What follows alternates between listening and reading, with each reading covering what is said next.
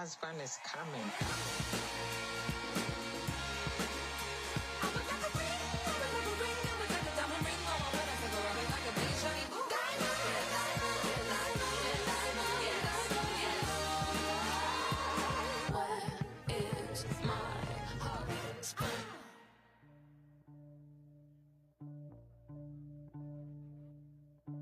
I tried to hide it through the silence while I played along. I'm welling up behind my eyelids when I'm holding on to the rage so badly I hate it. And I wish that all of No. That doesn't feel right. Maybe speed it up. Yeah. That's nice. I really hate the way you think that you can get away by blaming all your stupid problems on your mental state. I'm tired of burnt out lives. Ooh. You think you know me, but you hardly even know yourself. I bite my tongue and let you think I only wish you well. I don't. I know you know it. Ooh. And I'm tired of letting someone get the best of me, so go ahead and cry, cry. Go ahead and ruin someone else's life. Cry, cry. Go find somebody else so I can sleep at night. You're more narcissistic than anybody in Hollywood. You're not a misfit, don't keep saying you're misunderstood. I'm tired, oh I'm so tired. Ooh. And maybe you're the honest type, and it's been me the whole damn time. I should really try to calm my mind and see things from your side. Or maybe you can cry, cry. Go ahead and ruin someone else's life. Cry, cry. Go find somebody else so I can sleep at night.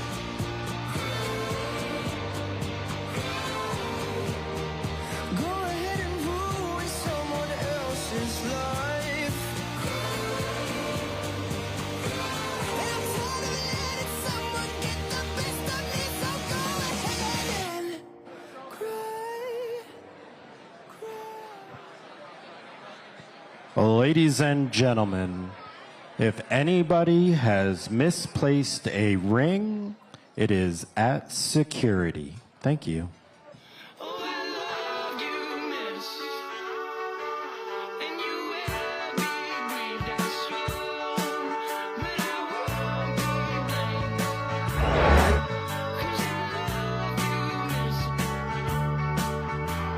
She moans and she falls, and you rarely ever see just where she goes when she's not here, standing next to me. From what I understand, it's somewhere so outlandish that she don't wanna be seen. Hey, yeah. Hey, yeah. Hey, yeah. Hey, yeah.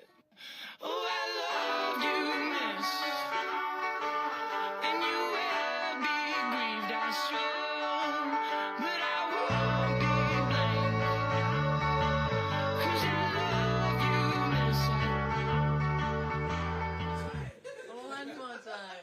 Make you cry I'm again. sitting in the middle of all of you. This is so intense. Well, Donnie eats salted licorice. That's nice. Okay, alright. Let's do it. Let's put it down.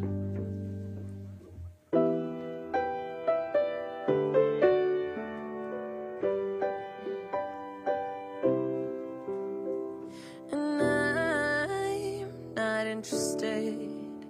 in a love that gives up so easily. I want a love that's set on keeping me.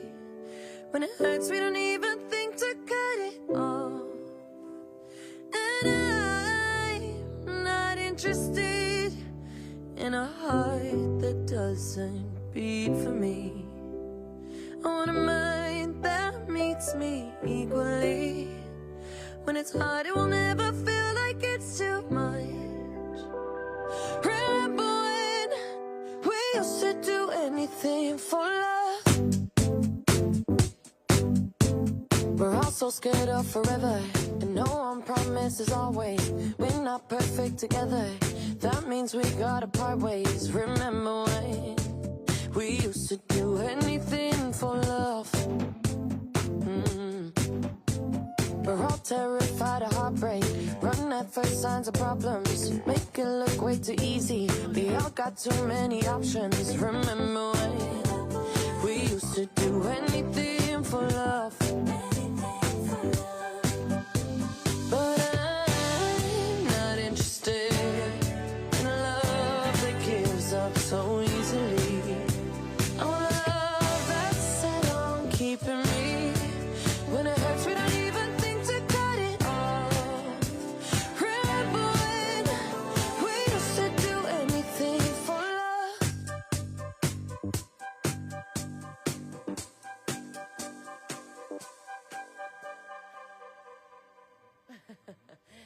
I think that's the one, right? Alright, cool.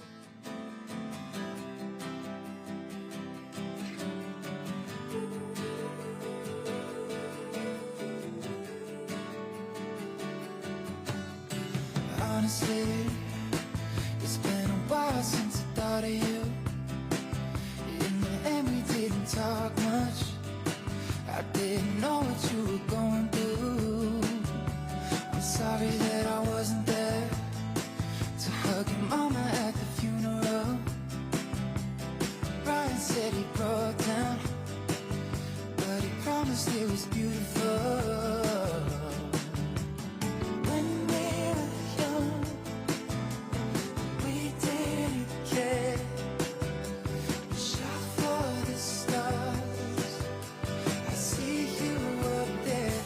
Had a heart of gold.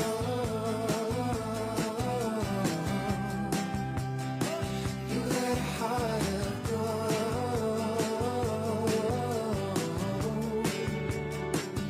You left too soon. It was out of your control. Underneath your skin and bone, you had a heart of gold. I didn't cry, didn't even feel the pain. Then it hit me all at once when we talked about you yesterday. When we were young, we didn't care. We shot for the stars. I see you up there. You had a heart of gold.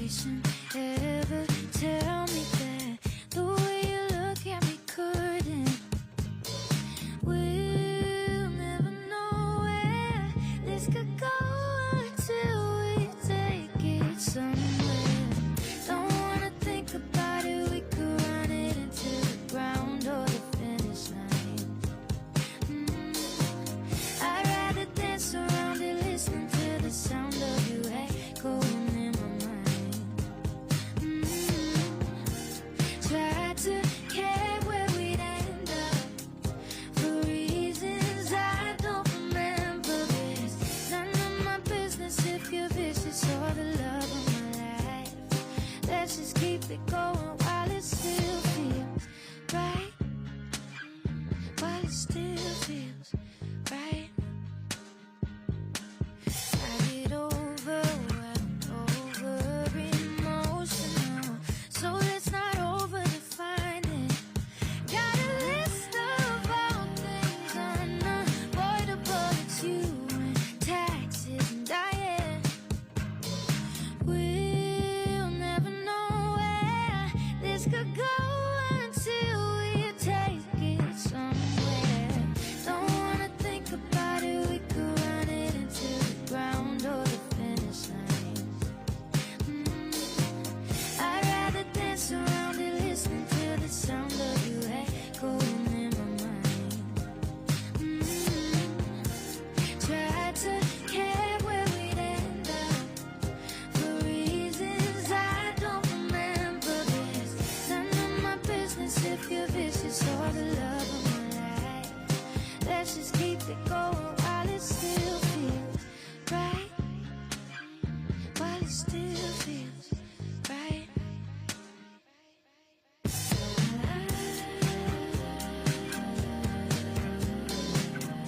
While it still feels, while it still feels right. While it still feels, while it still feels right, right, right, right. While it still feels, while it still feels right. Let's just keep it going while it still feels right. While it still feels right.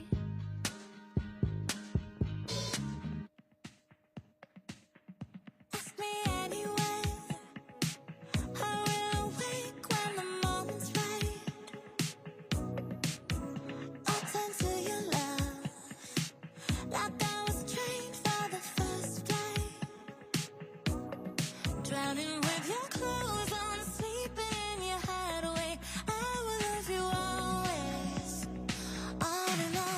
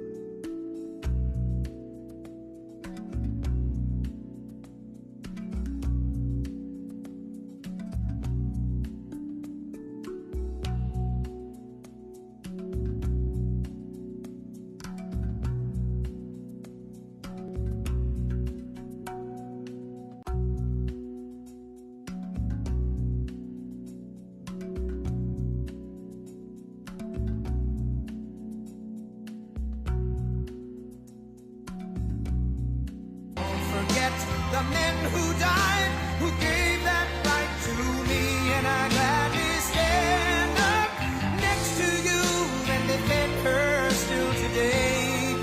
'Cause there ain't no doubt I love this land. God bless the USA.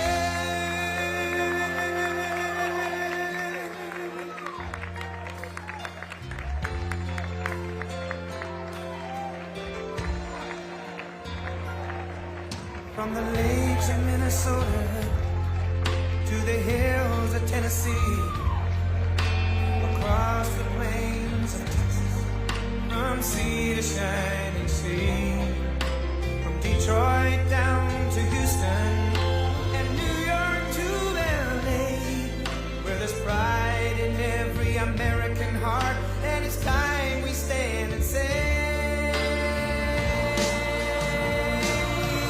that I'm proud to be an American, where at least I know I'm free, and I won't forget the men who died, who gave that right to me, and I gladly stand up next to you and defend her still today. 'Cause there ain't no doubt I love this land. God bless the USA.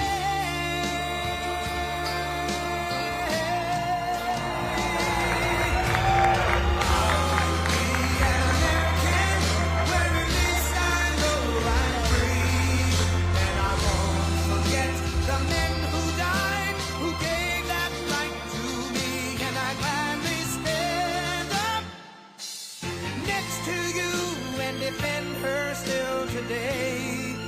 'Cause there ain't no doubt I love this land.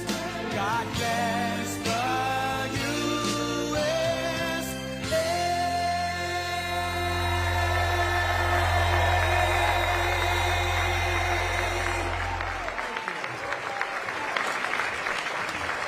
Harvey's book. Anybody want a folder? Hello, everybody. This is great. And I want to thank Harvey. I want to thank everybody. So many friends in this audience. You know, I'm very familiar with the area. And our country is hot. We're doing a good job. We're doing a good job. Stock market just hit another high for the 59th time in 1 year. And it's been really great. But I want to thank especially Harvey and all of the people, his beautiful wife, Christina, daughter, Eve. And he really put his heart and soul. He's a wonderful man, a great attorney, a very legitimate person. Sit down. Come on, we'll be here. What the heck? It's a beautiful evening in semi-Palm Beach. Sort of semi, isn't it, huh? Yeah, it's a great hot area. It's a hot area. It's one of the hottest areas anywhere in the country, if you think, right? It's a pleasure to be back with so many friends and neighbors in a place that I love and a place that I call home, Palm Beach. It's been, I've been here for a long time. And I begin by congratulating the Forum Club on 50 incredible years. The Forum Club, wow. Harvey asked me if I do this. I said, no, I have a big speech. You know, I just had a big speech. You probably saw a big. And it's all over television. I said, where am I going now? He said, you're going to Carver Center. But, you know, honestly, Carver Center is terrific. And, I mean, I was saying, somebody said, you know, so you don't really have to do it. You can call up and probably do it. I said, are you kidding me? Can you imagine? This is a crowd where I know so many killers, very successful people. Some are nice, some are horrendous people, but I like the nice ones and the horrendous ones also. We have some really killers. I'm looking out there. Oh, these people, I've had to deal with them my whole life. They are brutal, but you know, you get friendly with brutal people too. I'm dealing with some quite brutal people right now in the lovely country of Iran. They are very brutal, and I will tell you, we're doing very well. You cannot give Iran a nuclear weapon. It's all I can say. You cannot. Because they would use it on a place called Israel very quickly, and they would use it in the Middle East, and they'd use it in Europe, and I guess we'd be would be next, and it's not going to happen. Don't worry about it. We've taken apart. We've taken their Air Force is non-existent. It's gone. Their Navy, they had a very strong Navy. They had the strongest Navy by far in the Middle East, many times over. They have 159 ships. Every single ship is at the bottom of the sea right now. They have no anti-aircraft capacity. They have no radar. They have no leaders. Actually, their leaders are all gone, too. It's part of our problem. We don't know who the hell we're dealing with. They call up, this is Mohammed, so-and-so, and I say, are you a leader? We're looking for a leader. It's the only country in the world. Nobody wants to be a leader. You know, they say, would anybody like to be president? And there are no takers. But I think we're doing a great job over there, actually. We have the, they used the Hormuz Strait as a weapon for many, many years. They said they'll close it. So they closed it, then I closed it on them, which is sort of, they want a little business, they get no business. But it's going to work out because everything works out. You know, you look at what we did with Venezuela. That was an amazing military maneuver. And now we have a great relationship with Venezuela. 100 million barrels of oil we've already sold. It goes down to Texas. It goes to be refined in Texas. 100 million. We're going to be another, over the next month, it's going to be another 100 million. And you'll be happy to hear this because you're a lot of great business people here. This is the first war that you've seen in the United States for a long time where we actually have paid for the cost of the war by about 37 times already. In other words, it costs us a lot. We had those big, beautiful aircraft carriers, lots of planes and everything else, but we've paid for it many, many times over. And we're getting along great with the people, the leaders of the country, and we're working with them very closely, and they're relying on us totally, and the relationship is very good, and they're doing more business now than they've done in 15 years probably, and we have the oil companies all moving in, the big American oil companies are all moving in. It's really been amazing. And then I said, well, now we can take a little pause. We ended up doing the you all know, you people that probably see the stock market more than almost anybody in the world. There's no group in the world that's more stock market oriented than the people in front of me. Many of you are responsible for some of those successful stocks. But the stock market hit today an all-time high again. It hit one yesterday, hit one the day before, during what they call a military operation. You know, they don't like the word war. And they call it a military operation because that way you don't have a war, you don't have legal problems. But you ever hear a situation where we're knocking the hell out of somebody and we have a Congress, please, you've only got 3 days left. We spent 19 years in Vietnam. We spent 12 years in Iraq. We spent 7 years in another place, 2 years in another one, 7 years in another one. We had another one for 14 years, and we're in there for 6 weeks. What's taking so long?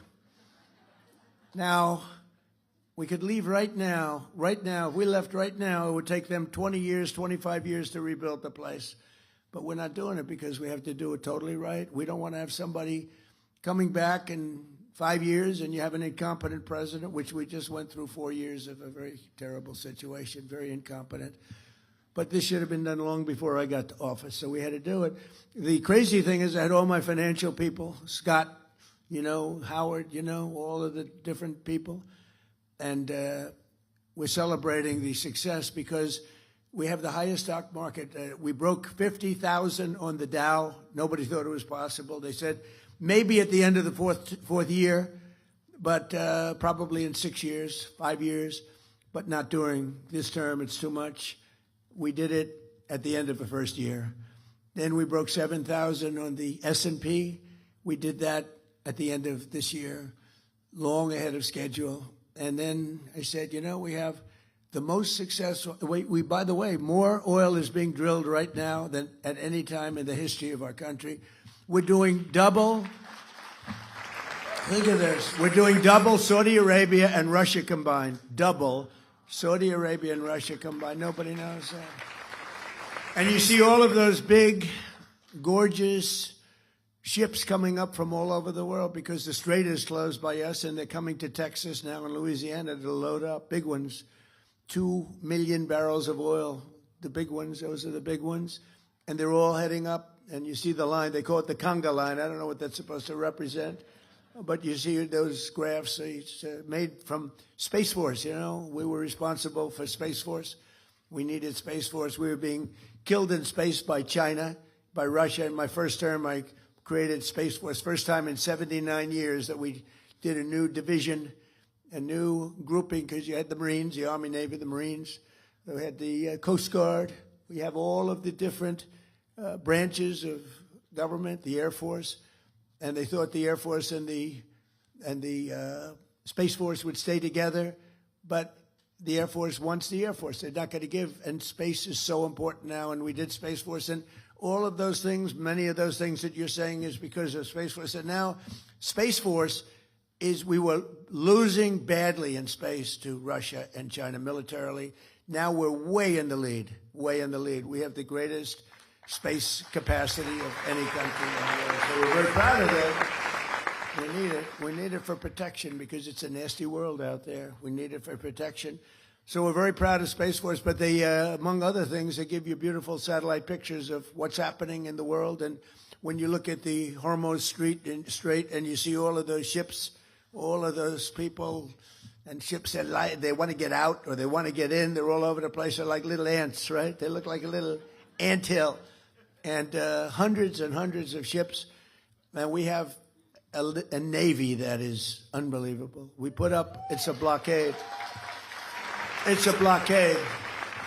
And you saw the other day where a massive tanker, this was bigger than 2 million barrels, a massive tanker was trying to run it, and the young captain of the ship from Annapolis, these guys are like central casting. You could put him in. I'd say something about Tom Cruise. I was going to say better looking than Tom Cruise and taller, but I'm not going to do that because he's a friend of mine. I can't do that.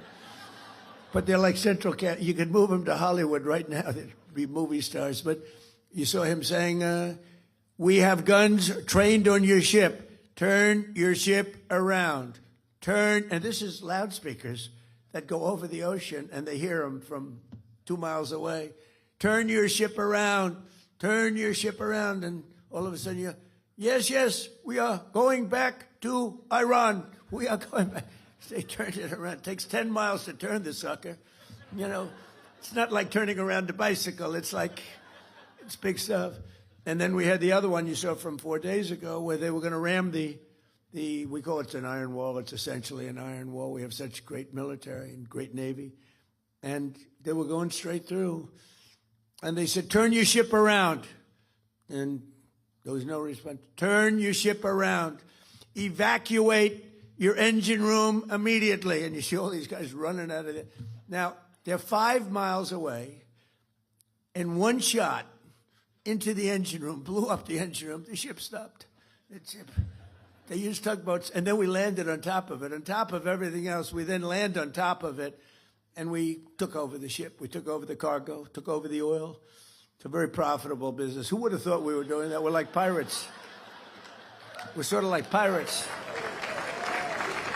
But we're not playing games because, you know, for 47 years, Iran has been pushing everybody around. They're the bully of the Middle East. They've been scaring everybody, Israel and Qatar, Saudi Arabia, UAE, Bahrain, Kuwait, all of them. They're all, it was the bully of the Middle East. I understand it. Bush made a mistake. He took out Iraq. You know, Iraq, and by the way, I congratulate the new president of Iraq. I endorsed him. I'm now in the business of endorsing political leaders from foreign countries, countries that nobody's ever seen before. Now, we have a pretty infallible record. We've won a lot of them, but I endorsed him because we didn't like the man that was the president of Iraq, and we endorsed somebody that not a lot of people have heard of, and he won in a landslide. So I just spoke to him yesterday. But the relationships we have relationships that are very, very strong, very powerful relationships, and I think the Middle East is going to be taken care of. We had a lot of conversations with the leaders. I call them the new leaders. I call them the new regime. You know, they kept saying, the radical left, where is regime change? Well, if this isn't regime change, there's no such thing. because Khomeini in the first tier was gone. The second tier is gone. Half of the third tier is gone, which is a problem. That's a problem because we are trying to figure out the right one to talk to. We talk to one and then another one calls up. Let's make a deal. But I think we're in a very, I know we're in a very strong position. There's the expression that we've all heard, or many of us have heard, if you like the fights, if this were a fight, they'd stop it. But again, their military they have some missiles left. They have some missile-making capacity left. We've knocked out about 85% of their manufacturing capacity for new missiles out. We've knocked about 82%, but that means they have missiles left. We knocked out most of their drone-making factories, but they have some drone capacity left, and drones are pretty effective. But we've also developed, in the meantime, if you remember, the German U-boats were a horror. Nobody could stop them, and then all of a sudden they come up with sonar, and it went from nobody could stop them that it was the worst place in the world to be is in a U-boat. The drone, anti-drone capacity that we have now is fantastic. They have new weapons, lasers. You got to see the lasers. They go into a laser. They just burn they just boom. And we have that, and we have very special machine guns with large-scale bullets operated by a computer. And as they come in, it just knocks them out like it's amazing. But with all of that being said, there's still danger. There's always danger with war. With war, you never know what happens. Look at Russia. It was supposed to be a one-day war, and it's 4 years, right? And you see that, and it's really a terrible war. And it's a lot of people died. Last month, they had 25,000 soldiers, mostly soldiers, killed. It's like a bloodbath over there, and I think we'll get that. We've settled 8 wars, and that should be the 9th. I think we're going to get it done, but it's a rough one. It's a rough one. But we're joined tonight by a lot of my friends and very distinguished people that are great people. The Palm Beach Mayor, Danielle Moore. Where's Danielle? Where are you, Danielle? Hi, Danielle. How are you? Great person. We're working on a couple of things for good water. Let's say a nice water product, right? Like desalinization. I said, Danielle, why can't we be like a submarine? We have the best desalinization. We have the best submarines in the world. We can go for years underwater, all nuclear submarines, the nuclear ones. And one of the things we have is great water on the submarines, desalinization. So I'm saying, how does that sound for Palm Beach? So we're looking at it. We're going to play with it and see, boy, would that be nice from the standpoint of unbelievably clean, pure water. It would be great. So we're working with Danielle, and we're working with the council. And I think something's going to come up, whether it's filtering or desalinization. Desalinization's a little bit better and a little bit more expensive, like a lot.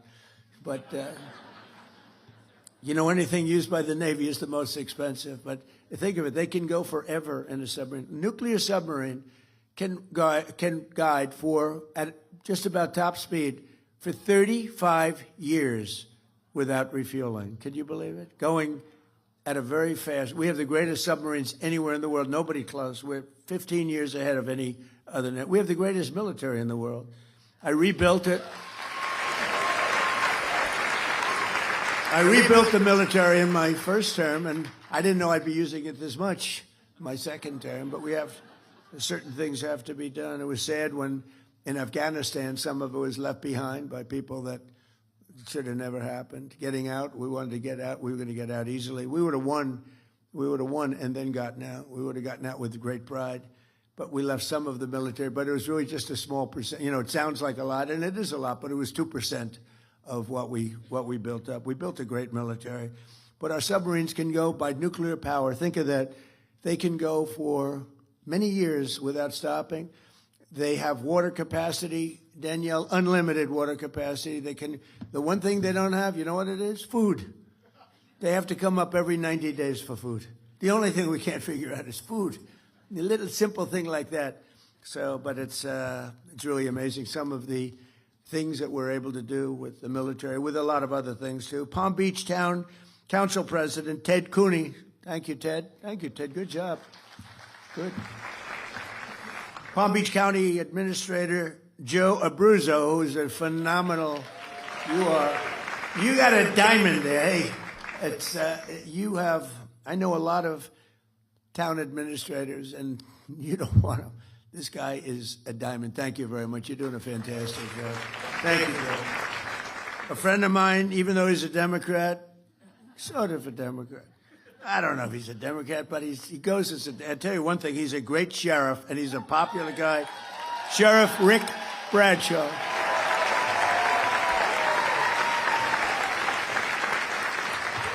So I shouldn't tell you this. I told this to Rick, and, you know, I know how tough he is, and also I figured this might happen, but I voted for Rick. He's a Democrat.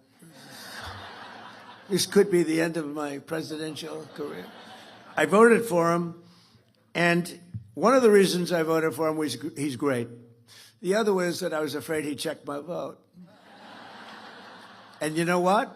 I think he did, because there was a story in one of the papers that, I don't know, I did some filing, and they actually checked my vote, and I voted for Rick. So that's pretty good, right?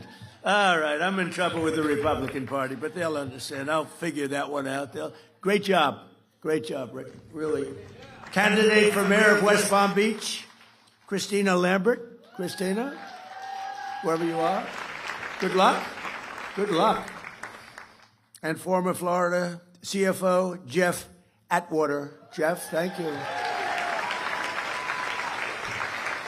We have a friend of mine for a long time, Pepe Van Hool. He's the sugar. He has a monopoly on the sugar market. I don't know if that's good or bad. I don't know if that's good or bad, Pepe. I think it's good. It sounds good to me. He has a monopoly on sugar throughout the world. He's also one of the largest property owners, maybe the largest in all of Florida. And Pepe Jr., who is just like the father, he looks like him, sounds like him. He might even be more vicious, if that's possible. But they're both here. Pepe Van Hool, where are you, Pepe? And Pepe Jr., good.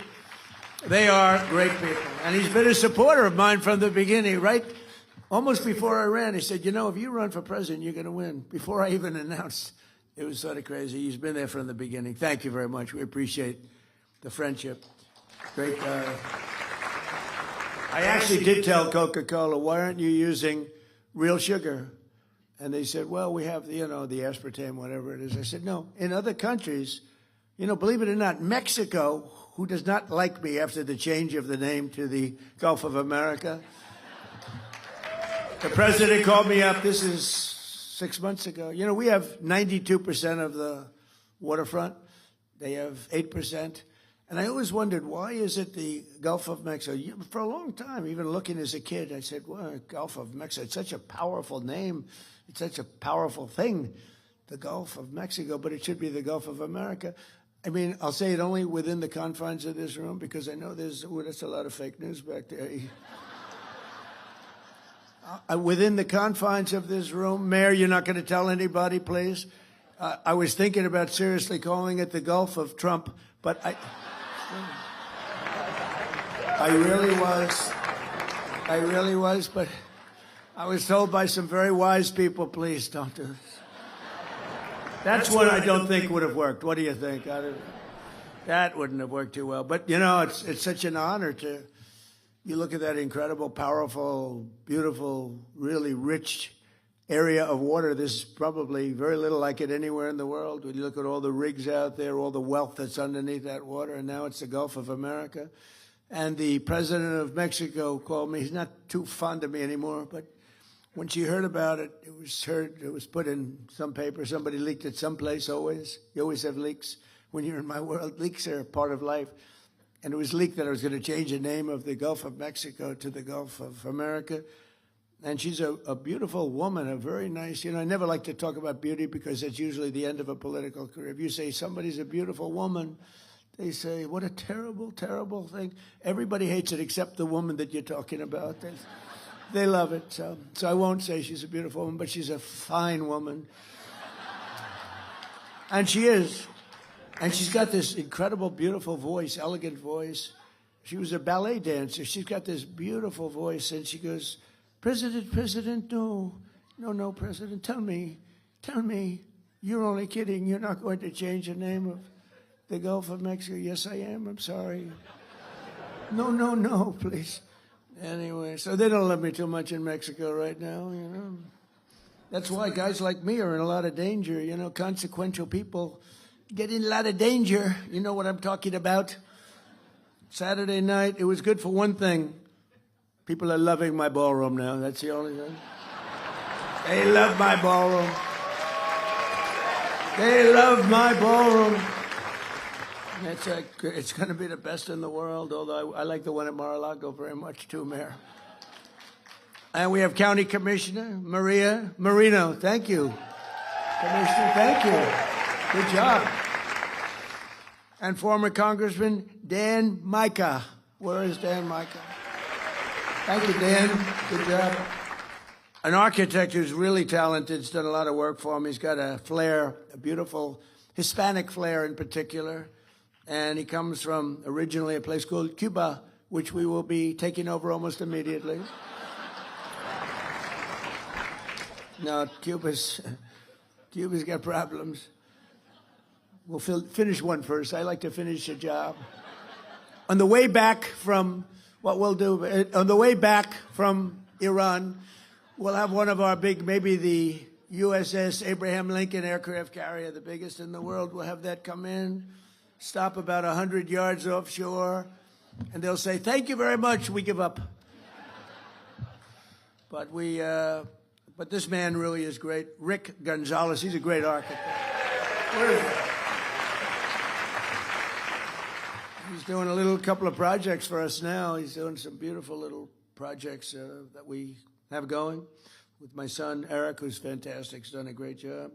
And former Ambassador Robin Bernstein is here. She went out and learned Spanish. Right, Dominican Republic. She went out and learned the language, and she learned it well. Congratulations. Not a lot of people aren't smart enough to do that, Robin. Most people don't bother doing it. I wouldn't do it, to be honest with you. But Palm Beach County is a very special place, and Palm Beach is a very special place. And it should be no surprise that across my first and second terms, residents of this community have served our country with exceptional devotion and skill. I'll meet people, I didn't know them, but I'll meet people at the club, or I'll meet people in Palm Beach or West Palm Beach. I love West Palm Beach. It's one of the really great stories is West Palm Beach. Palm Beach has been incredible. It's never been run better. We appreciate it.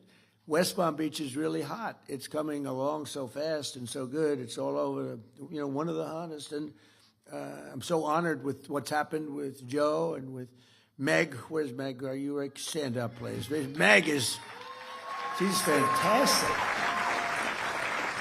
But I do want to thank you, and I want to thank everybody that voted. We had a bipartisan vote, if you can believe it. I'm not used to that, when you have Democrats voting, but with the name change on the Southern Boulevard and the airport, and I can only tell you we will work to deserve that name, and we love you guys, and we're working with you in Washington and a lot of different things, and I think it's been a great partnership. Florida generally, but this area, I feel so strongly about it. We have to help and make it even better. All over the world, they love it, and they talk about it, and we have to make it and keep it first class and the best. But I want to thank you very much. I know how hard you worked on that. She's a really great person, and I don't know what her future is, but I think it's really good politically. I think she's fantastic, and she loves animals, right? She loves her and her husband. They love animals, and that's good. That usually is very good for votes. I was never as much, they all wanted me to buy a dog when I went to the White House. They said, "Sir, you'll be the first president in 68 years or something that doesn't have a dog." I said, "It's not going to work for me." No, they like pictures of Biden walking his dog, all that, but his dog was a vicious dog, kept biting our Secret Service people. No, we had 28 bite problems. 28. This was a violent dog. That's not a dog I'd want.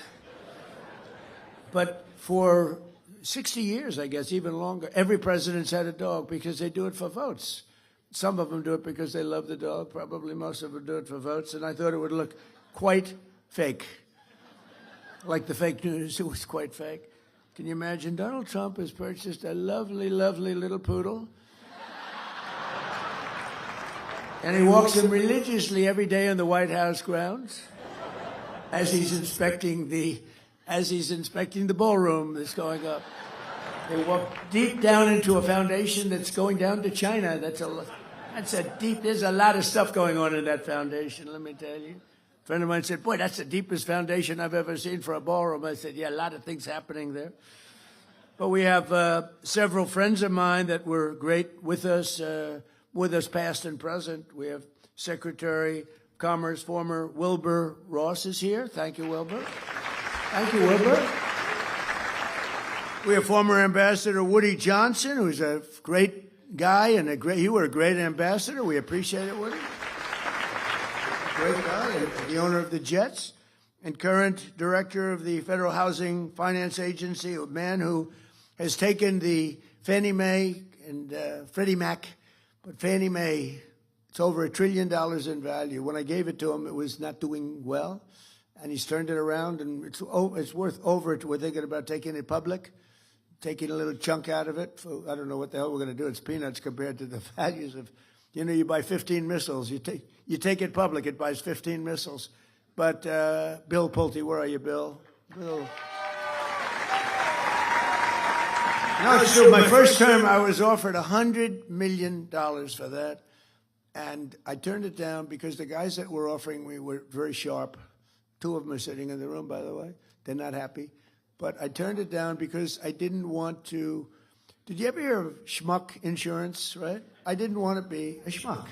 I didn't want to have them flip it for $500 million in 2 weeks, which is always a possibility. It's always a little scary, especially in the world of politics. I was with a bank, a very good bank, a very hot banker who's going to the head of one of the biggest banks in the world, and he was also in charge of real estate for the bank, and they had a corner building on 57th and 5th Avenue in New York, and he wanted to sell it, and he made a deal, quick deal, nobody even knew about it. It was quick, and he sold it for $25 million, and the person that bought it flipped it the following week for $97 million, and that was the end of his job.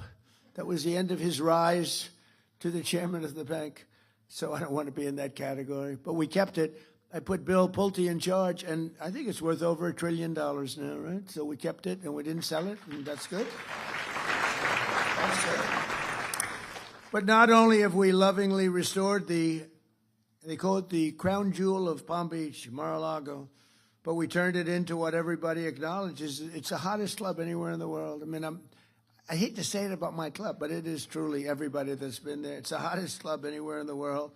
And very importantly, it creates hundreds of jobs and brings thousands of travelers here each year. And then we have all the weddings and all the conventions and the events that we have there are spectacular. And they say it's raised more money as a ballroom. It's raised more money than any other ballroom anywhere in the world for charity. We raise tremendous money for charity. It's every other night you'll see it. They raise it for incredible things. And just as Marjorie Merriweather Post, who, with her husband, E.F. Hutton, that was a power couple. E.F. Hutton, remember?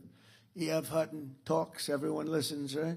He was the #1 guy. He's like some of the guys in this room was a long time ago. This was in the early 1920s, roaring 20s, but Marjorie Merriweather Post was married to E.F. Hutton. She was the richest woman in the world, and they wanted to build something incredible, and they envisioned everything, and they bought the lot in South Florida. She bought it because that's where the great reef, if you look at, the maps, you have a great stone. It's a source of unbelievably powerful stone. It's a stone jetty, and it ends right there. She bought it there because there wouldn't be any settlement when you built the house on that settlement. It ends right in the backyard, actually, and it's really pretty amazing. She envisioned something really great, and she built Mar-a-Lago along with E.F. Hutton. And at the time, and then you had the Depression, but she wasn't affected by the Depression, and she actually built other sections onto it because she wanted to give people jobs. She did a fantastic job. And she always wanted that to be the Southern White House. And in fact, when she died, she left it to the White House Historical Society. And the late, great Jimmy Carter decided that Mar-a-Lago was too expensive for the United States. So fortunately for me, he gave it back to the Historical Society, and I bought it. And we spent a lot of money and made it great. I lived there for a while. Then I said, this is a very big house to live in.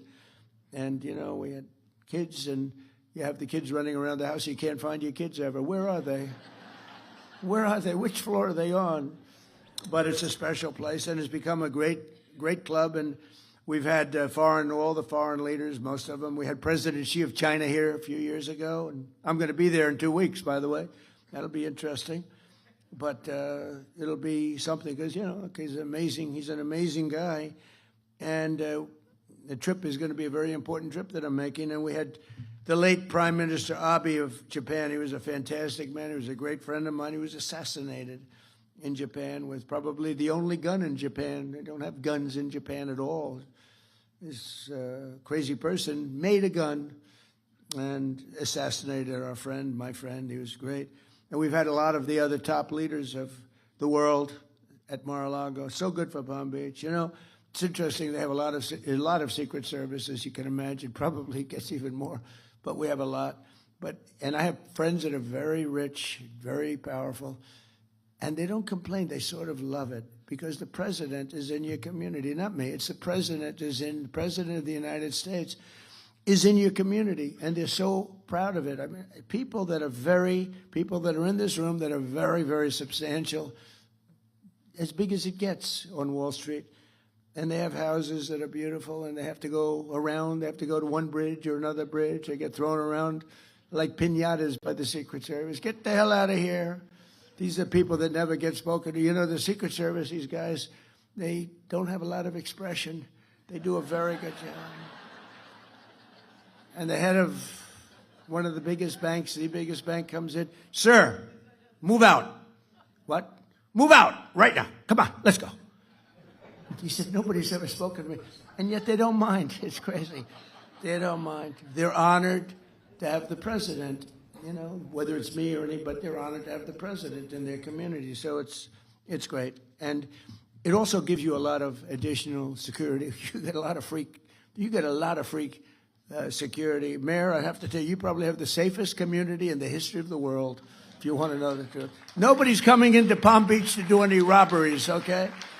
In addition to a really great police group that you have, they work very closely, and the firemen and policemen, and we have the ball over, the policeman and fireman's ball, and I think it's become the hottest ball over with John Scarpa and all the people, Tim, all of the people that do it. I think it's the hottest ball, but it's an honor to work with the police. I also based my campaign here on election night in 2024. We had a great victory party just across the street in the convention center, and that was quite an evening. We were waiting for the decision, and it came early. It was around 9:02, and they said, Donald Trump will be the next president of the United States of America. It was very cool, actually, I thought. And it was right across the street. And then we had some crowd. Joe, you could use a little bit larger convention center, whatever you could do. Get that thing. I know you are. If you're working on it, it gets done. And so it was from Mar-a-Lago. We were there, and then we came over here. We had a tremendous crowd, and we celebrated a tremendous thing. And our country now is just amazing. And we were laughed at and mocked. For 4 years, we were mocked. We were laughed at as being a stupid country. And now we're thought of with great respect, like we haven't been thought of for many, many decades. I want to thank the entire Palm Beach community for the extraordinary support that you've shown me and my family over the years, and I especially want to express my profound gratitude to the recent renamings. I want to just tell you that we have a lot of things in store. I know that a lot of tremendous elements are going to be added to the airport, making it bigger and better, and it's really going to be, I don't think there'll be anything as good as your airport will be anywhere in the country, anywhere in the world. So that's the way I feel, and that's very important. In Washington, they say, sir, which airport would you like most to fix up? I said, how about Palm Beach? So you'll be all very happy. And, it's right now, I own Doral, and right now we have a tournament. I'm so busy. And we have the big Cadillac Championship going on all the great players, the PGA Tour. And they're there. And yesterday somebody came up, said, sir, the tournament is great. I said, what tournament are you talking about? I'm so busy with the Iranians calling trying to make a good deal, and we're not going to let that happen. But they've got to make a bad deal. But if they make a deal at all, because frankly, maybe we're better off not making a deal at all. Do you want to know the truth? Because we can't let this thing go on. Been going on too long. But under the leadership of Secretary of State Marco Rubio, a person from Florida, right? We're working hard to bring the 2035 World Expo to Miami, to Florida, and we'll support the jobs. It'll be bringing hundreds of millions of dollars, and it looks like we've got a real good shot. You know, I brought the Olympics here in my first term. I was the one. I got the Olympics, and I got the World Cup, both of them, and then the election was rigged. You see that now? How about the Southern Law, Poverty, whatever the hell they call it, where they supported the Ku Klux Klan and all sorts of other things, only to fight the Ku Klux Klan politically. They out there, we are fighting the Ku Klux Klan. They're the ones that are supporting it, giving it hundreds of, and many others, some even worse if that's possible. And now we found out, we got a whole lot of stuff coming. But I got the Olympics and I got the World Cup, and they're coming in now. And, you know, it's interesting how things work out, because I missed my second term the traditional way, right? It was very sad. I had to make a decision what to do. And I said, you know, when I got the Olympics, I said, boy, it's really sad because I got it. Nobody else, I got it. And I was dealing with those guys politically, and they said, sir, we're going to choose the United States of America. I said, wow, that's great. It was the Olympics. Then the World Cup. Johnny Infantino, who's the head of it, he's a friend of mine. I said, Johnny, you got to give us the World Cup. And he gave it to us. The problem was it wasn't in the next 4 years. It was in 6 years and 7 years, so I wouldn't be president. I said, you know, I got the Olympics, I got the World Cup, and I won't be president. And then all of a sudden I realized I am going to be president during the Olympics and the World Cup. It's amazing. And, you know, it's very interesting, though.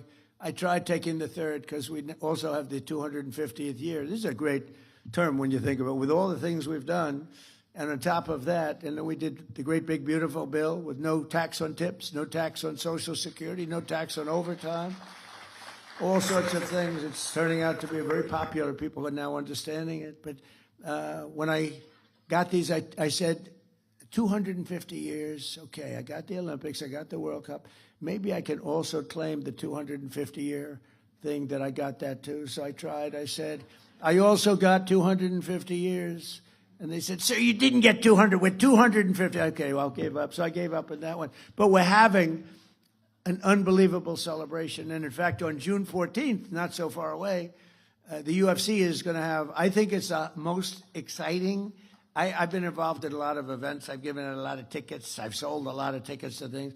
I don't think I've ever had anything. This is going to be wild. We have a 5,000-seat arena being built right opposite the front door of the White House for the 250th. And that's going to be June 14th, which is my birthday, which is absolutely, Flag Day.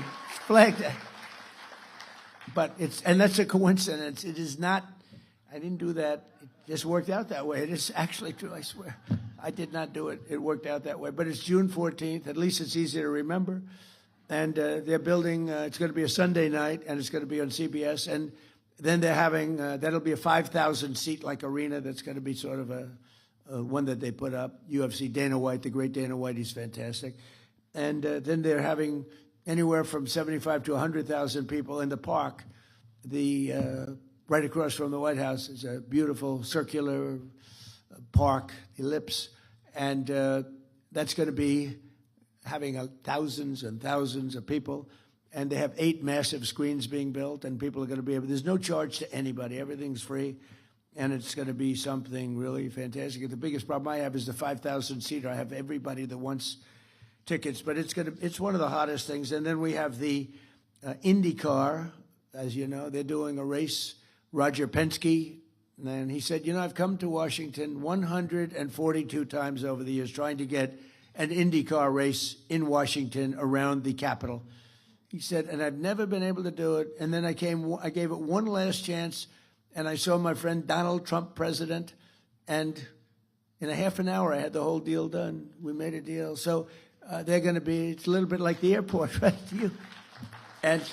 And in literally, it's going to be great. In half an hour, he got the deal done. He's so happy. Roger's incredible. You know, he's won 20 Indianapolis 500s. I gave him the Presidential Medal of Freedom. I said, you know, it's amazing. These countries, Germany, Japan, they spend billions of dollars on cars trying to win the Indianapolis 500. And, you know, they rarely do it. I don't know if they've ever done it, but they rarely do it. They spend all this money. Roger Penske's won it 20 times. So needless to say, he's quite good in the automotive division. I mean, the guy is amazing. He's won 20 Indianapolis 500. It's not even believable. So I gave him the award when he won his 18th. I said, Roger, I'm going to give you the Presidential Medal of Freedom. What you've done is amazing. And since then, he's won 2 more. I don't know what it is. It's crazy. But he's a fantastic guy. So we're going to have the Indy, which are the racing cars, the Formula One type car. And that's going to be something that everybody's looking for. We're providing $42 million of improvements in Florida railway safety. You know that. And $210 million to the state for rural health care. And we delivered more than $2 billion in federal funding for the Army Corps of Engineers to dramatically speed up the restoration of the Florida Everglades and Lake Okeechobee, which is now being done. Right? We're doing that. A lot of it's been done. I got it done in my first term, but we're adding to it Okeechobee and, you know, all the things that benefit you. And today we delivered a huge win for our great fishermen and anglers in the state. And we have any fishers? I don't think this is a fishing room, you know. I gave this statement a little while ago in the villages, and the place went crazy. I don't think this... Any fishermen here? Well, that's not bad. Well, then you like this. That's better than I thought. But all state permits for the 2026 red snapper recreational season, as you know, was brutal with the federal government. You couldn't do anything. They let you catch a half a fish. If you caught 2 fish, they want to put you in jail, give you the electric chair. If you're lucky, you'll go to jail for the rest of your life instead of the chair. It was brutal. And so for years, our great fishermen have been punished in Florida and some other states with very short federal fishing seasons, like how about 2 hours? Go fishing. You go fishing for 2 hours, and then you have to pull it in and get the hell out of town, or they'll arrest you. But they gave you record short season, and I'm giving you unlimited seasons and federal seasons despite record fish populations. It's hard not to have a record fish population when nobody's been allowed to fish, essentially.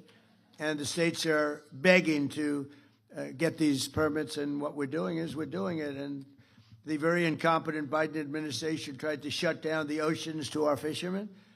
And that, you know, look, the ocean's a big place. It's a big place. But we love and respect our fishermen and all of those people that love that sport and love it. And so I'm very happy to announce that we just spoke with NOAA. That's your big group that does all of the work on regulation. And we're delivering to you all of the permits that you need for long-term fishing and lots of fishing. And enjoy the red snapper or whatever the hell you catch, because you're allowed to catch it now without going to jail for the rest of your life, okay? And with the support of many people in this room, a lot of them, we had the most successful first year of any administration in history, they say. Even the radical left Democrats are saying that. We took the most dangerous, unsafe, violent, and open border in the world. And anywhere in the world, there's no border like this. And created the most secure border in U.S. history with 0 illegal aliens entering our country in the last 11. Think of it. We went from 25 million people coming in to 0. And the people that make up that list are the Democrats. Nobody even tries to come in because the border is so tight right now that you just don't even try. It's amazing. And, you know, we had an open border that was allowing a terrible situation. We were allowing people in mental institutions, drug dealers, murderers, 11,888 murderers coming into our country. Many of those people murdered more than one person. One murdered 7 people. And they're releasing them into our country. It's terrible. The murder rate in the United States is now the lowest it's been in 125 years. Can you believe that? That's sort of terrible to say in a way, because who wants to talk about murder? But we had a murder epidemic and it's now the lowest since before my father was born, 125 years, 1900. And that's an amazing thing. And the crime rate in the capital, Washington, D.C., which was a disaster. When I came in, it was one of the more dangerous cities in the country. It's now the lowest, it's considered now one of the safest cities in the country, which it should be. We moved in the national guard. We took out over 5,000 hardened career criminals. Many of them came in during the open border of Joe Biden, and they made it just a horrible place. It was never that safe, believe it or not. It was, people were getting killed, but they were losing 3 people a week on average, murdered 3 people, 150 people a year. Kids would come in to see the Washington Monument or the Lincoln Memorial, and they'd go home in a casket. They'd call their parents and say, I'm sorry, your son's been killed. And we moved some very strong people into the area, and in a period of a month, it was much better. 2 months, it was better yet. And now it's considered a very safe city. Restaurants which were closing all over town. They were even dangerous if you got there. They'd rob the interior of the restaurant. They'd go and raise your hands, give you money. It was terrible. And it's a very interesting statistic, Mayor. So 90% of the crime is committed by 2% of the people. And that's really good, because that means you can solve the problem. If it was 25% of the people, that's a tough thing. 2% of the people commit 92% actually of the crime. It's incredible. It's great because you get rid of them and you don't have it. We took out over 5,000 hardened career criminals, numerous murderers, and they're gone. They're back in their countries or they're in jails. We've secured the largest reduction in drug prices in American history. Under my most favored nation agreements, we're delivering your record-setting discounts with price differences of 400, 500, and even 600% lower. And what that is most favored nation. We were the highest priced drug nation anywhere, prescription drugs, anywhere in the world, by far the highest. A drug that would sell for, like the fat drug, my friend became a very famous, he's begging me not to announce his name, but I use him as an example. He's very smart, very fat. And he was in London and he called it the fat. I said, I get one of those fat shots. And I said, it's not working. He's become very famous because he's really the one that got me into this. It was like crazy. He said, in London, I buy it for $87. In New York, it's $1,300. The same exact, and he's very smart, very rich, actually. Highly neurotic. He's a neurotic guy. Highly neurotic. Most neurotic people, they're either really wealthy or they fail badly, You want controlled neuroses. His is not controlled, but he's smart. He checked out the company. He said it's the exact same drug from the exact same factory, made in the same plant.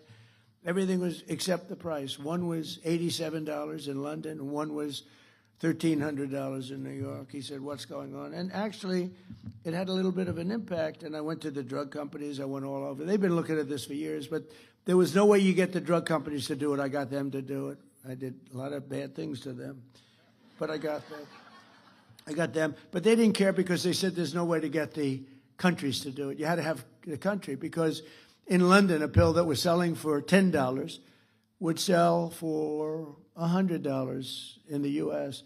In Berlin, $5 compared to $87, $90, $95. A tremendous, sometimes 10 times, maybe more than that. So they said, you'll never get the country, sir, but we're with you. They didn't know this was going to happen. I said, I'll get the countries 100%. So I called up, you might have seen this. I mean, I've said it a couple of times. I called up the countries, and I got France. That's Emmanuel Macron. Beautiful accent. I said, Emmanuel, you're going to have to lower your drug prices in the United States because you're making it impossible for us. I mean, your prices are low and our prices are high, and you're going to have to, no, Donald, I will not do that. You see, because the world is bigger than the United States, it's really not as bad for them as it sounds. If they double their price, we can lower our price to them because of the size. It's a world situation. The whole world was ripping us off. We were paying 10 times more, 5 times more, crazy. And so I said, no, Emmanuel, you will do it 100%. No, I will not do it. So if he had a pill that sold for $10 and he had to sell it for $20, that's a big increase, right? But I said, it's not fair, Emmanuel, because we're not fair. You will do it, Emmanuel. You will do it. He said, no, I won't. I said, here's what I'm going to do, Emmanuel. If you don't do it, I'm going to put a 200% tariff on your wines and champagnes that you sell into the United States, and it's effective on Monday morning. Donald, like I said, I will do it. I'd be glad to.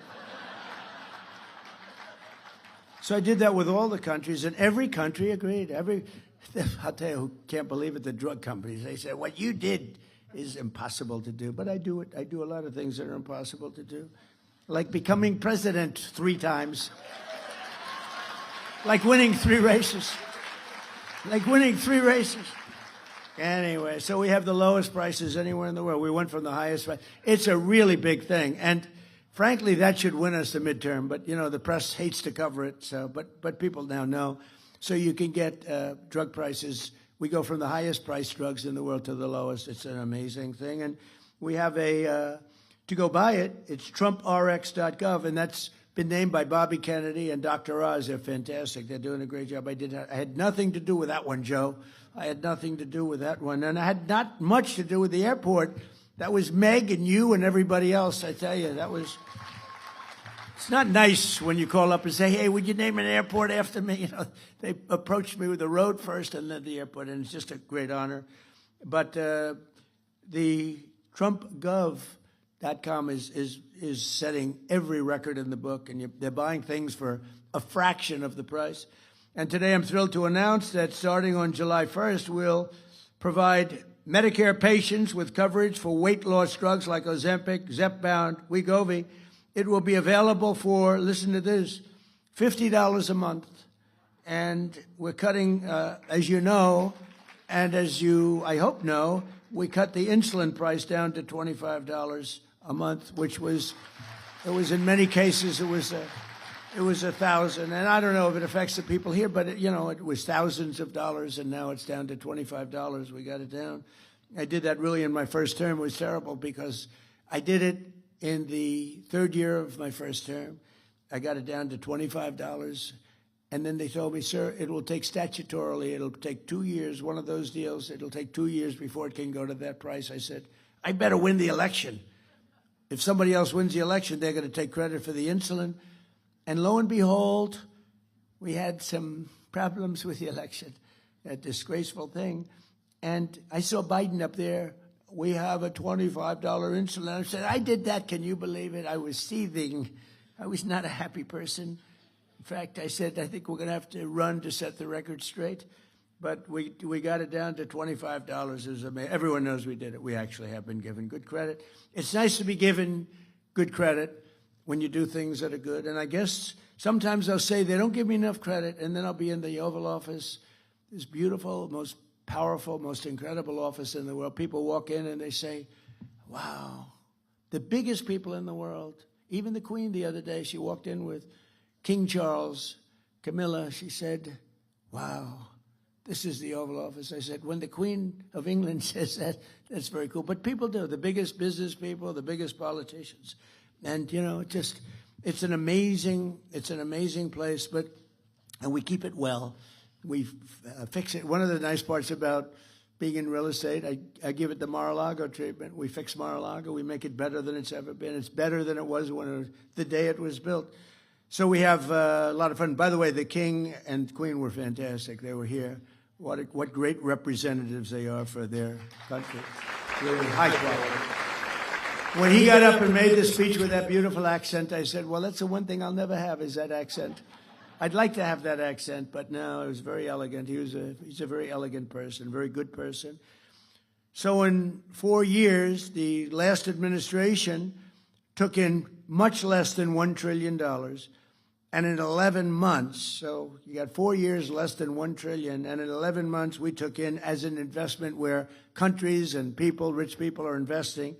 In 11 months, we took in over $18 trillion, which is a record.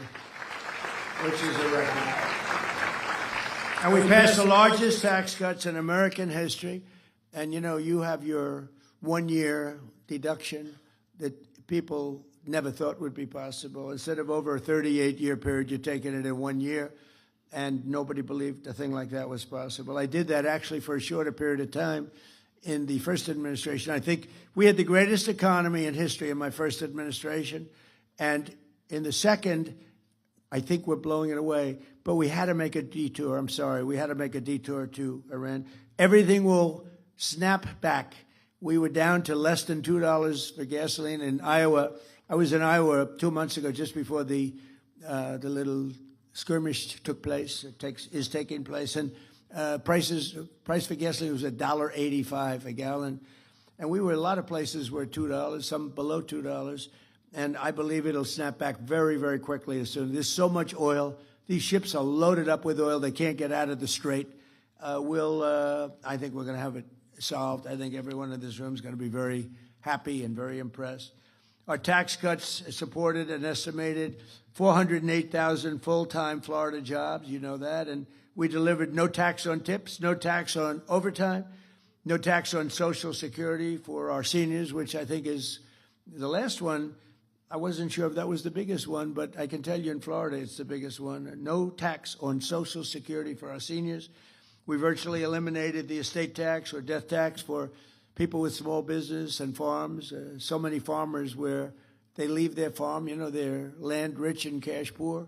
They have a farm that's of value. They leave it to their children, their great children who they love so much. If they don't love their children, I say don't bother. It's nothing much. But if you do, if you want to leave your farm or your small business to your children, we have no estate tax. You know, we have, they call it a death tax. That's what it is.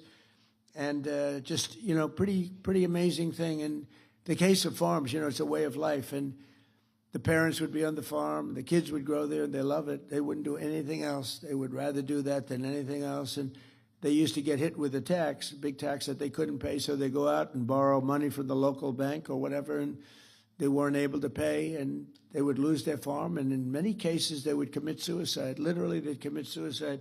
We don't have any death tax or inheritance tax anymore for the small farms and small businesses. So when you leave your business to your kid, you don't have that. And we made interest on car loans fully tax deductible so that if you borrow money, if you buy an American car only, you have to buy an American-made car, but you can borrow money from the bank. Your interest is deductible for income tax purposes, and that's a big deal that we've never seen. You know, middle-income people have never been big on deductions. Rich people have gotten used to deductions, but those other people haven't. We added 186,000 private sector jobs in March. Jobless claims just hit the lowest level since 1969, and more Americans are working today, as I said, than ever before. And since the election, 89 times we've hit new highs, and we're adding $9 trillion. We've added in just 11 months, we've added over $9 trillion in value to the stock markets, and people with 401ks have really, I mean, it saved marriages, actually. One policeman told me my wife thought very little of me. She felt I wasn't a man because I was a bad investor. With my 401k, I had nothing I could do about it. It was under the Biden administration. And now she thinks that I'm Warren Buffett. She said, my husband's the most incredible investor I've ever seen, and all I do is just look at the numbers every month. So it's amazing. The 401ks are incredible. Core inflation has dropped to a 5-year low. With the exception of oil prices, which is just, you know, I think most of the people in this room understand that. As soon as it's over, it's going to drop like a rock. I think it goes below where it was because there's so much oil. It's not like it would be a problem if there wasn't a lot. There's so much oil out there.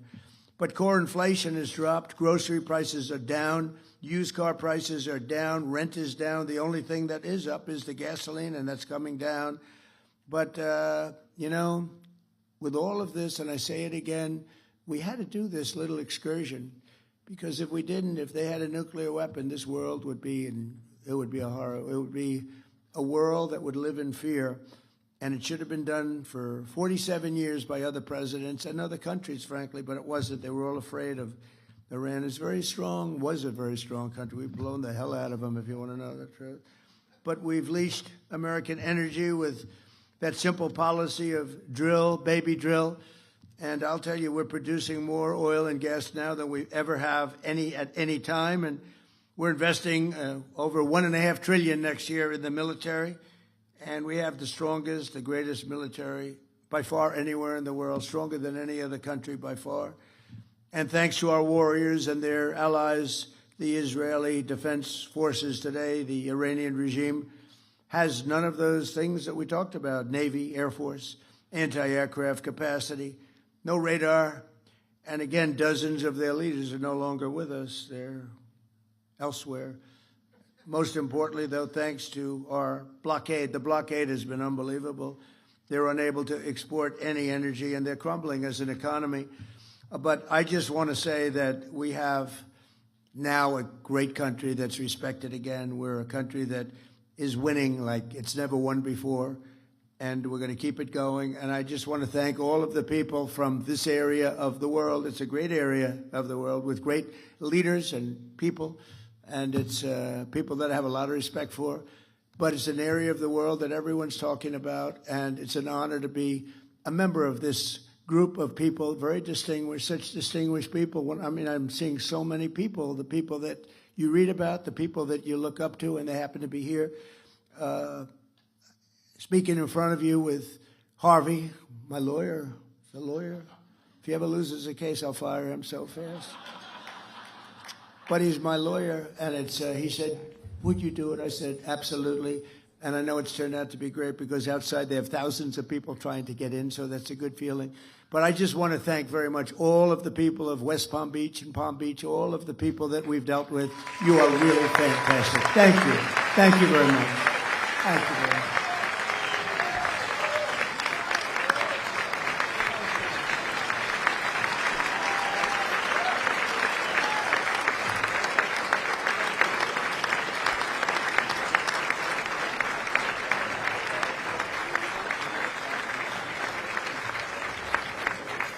Mr. President, if you would stay with us a few more moments, we appreciate your time. We have a few questions for you. First, obvious question, Palm Beach is your home. Your children and your grandchildren all live in Southeast Florida. Key members of your administration are from our community. Your future presidential library will be in Miami. An airport here will be named in your honor. And you often govern from here.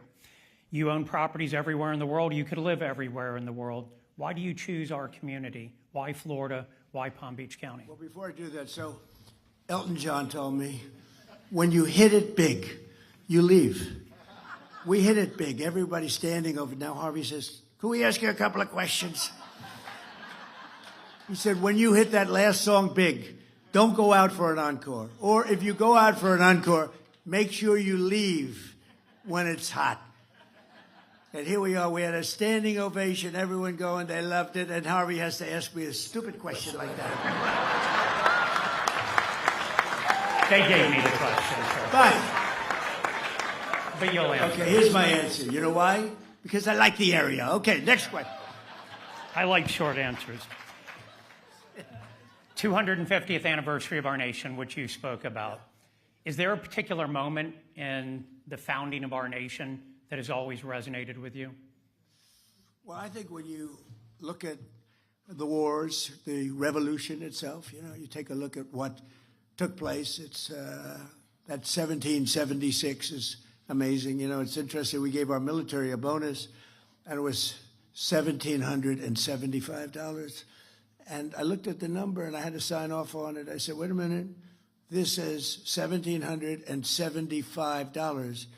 If we add one more dollar, Harvey, it's $1,776, and I had to get approval. Can you believe? Actually, $1 is actually a lot, but it's not that much, and so we made it $1,776. It's just special. I mean, the whole place. It's a special country. But when you look at some of the movies and documentaries about the founding of our country and all of the great people, George Washington, Abraham Lincoln, Thomas Jefferson, Lincoln later, but Thomas Jefferson, all of the original founders, and some of the ones that are least known are actually the most important and the most interesting, actually. But when you look at all, then you have the Civil War. The Civil War was brutal. It was a brutal. I always said, why couldn't that have been settled? And maybe it could have been, but it was a brutal war. It was supposed to last one day, and because Robert E. Lee was an amazing general. You know, I deal with generals a lot, and I ask who was the best general. A lot of them say Robert E. Lee, because he took something that was supposed to end in one day, and it went 4 years.